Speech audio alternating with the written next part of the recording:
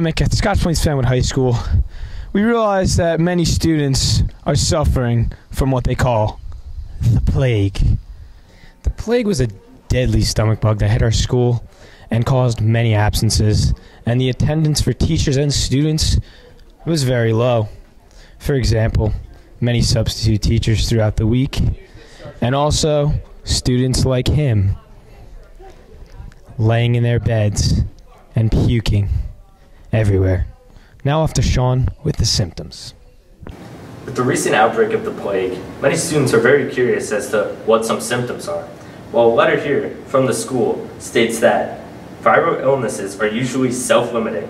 Nausea, vomiting, fever, and abdominal pain are usually the presenting symptoms of a viral gastrointestinal illness.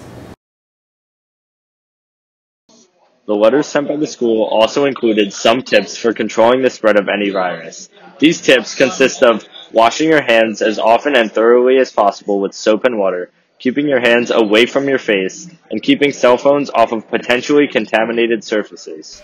Let's get some first-hand experiences and some interviews with students around the school. Do you think the plague is the proper name for this epidemic? Well, I think that a lot of people in Scotch Plains had the sickness. I don't know if you call it plague because it wasn't that serious, but yeah. I mean, it wasn't that serious. I mean, there was over 200 casualties on the last Friday just alone. Do you think that's an alarming stat? Do you agree? I mean, hell of people didn't go to school because they didn't want to catch the plague, so yeah. Well, thank you for your time. I'm with Matt. Matt also survived the plague. Matt, do you think the plague's a fitting name for this disease? Yeah, it is, man. Something that bad. It's the only name out there for it. It's brutal. What was your experience with the plague? A lot of throwing up. It was nasty. Just hours and hours. Nasty stuff. Thank you, Matt. Roman, do you think the plague is a fitting name for this disease? Yes, because there was like 200 people absent at one point because of the plague. That's true. That's a great fact. Yeah. I love to hear that. Also, Roman, what was your experience with the plague? I threw up a lot. Had some, yeah. It was pretty bad. I had McDonald's, so I threw up a lot of chicken nuggets too. So. Oh, McNuggets? Yeah.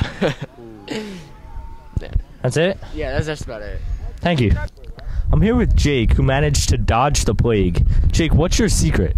No secret really, just not thinking about it. Strong immune system.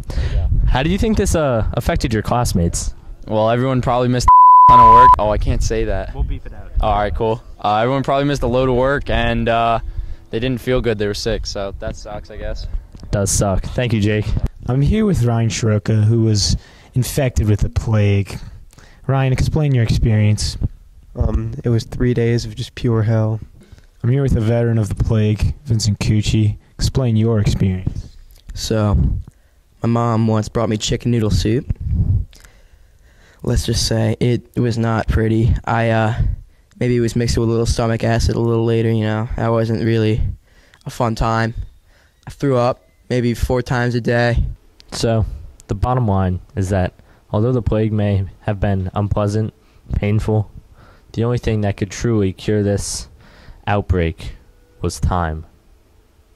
The moral of the story here is that at SPF, no one is safe. So try to stay safe.